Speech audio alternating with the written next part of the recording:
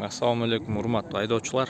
Талас шаары 25 ноябрь 24 жыл коопсуз шаар долбоору негизинде биздин камераларды ишке берүү башталды. Буюрса бул камералар полосаны карайт экен, ремень и скоростной режимге экен.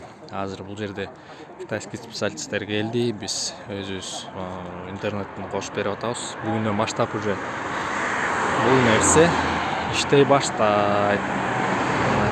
Кошуп атабыз. Азыр өздөрү бул жерде китайцтер бул жерде сплошная линия мерге кирип чыккандар, баары эле.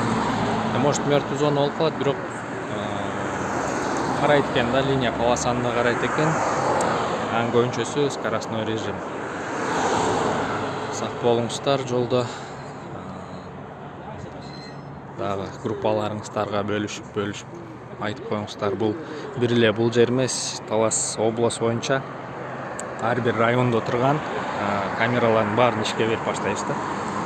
Бүгүнкү күндө биз 2 камера Талас өйдөңкү арка, ылдыйкы арка деп коебуз.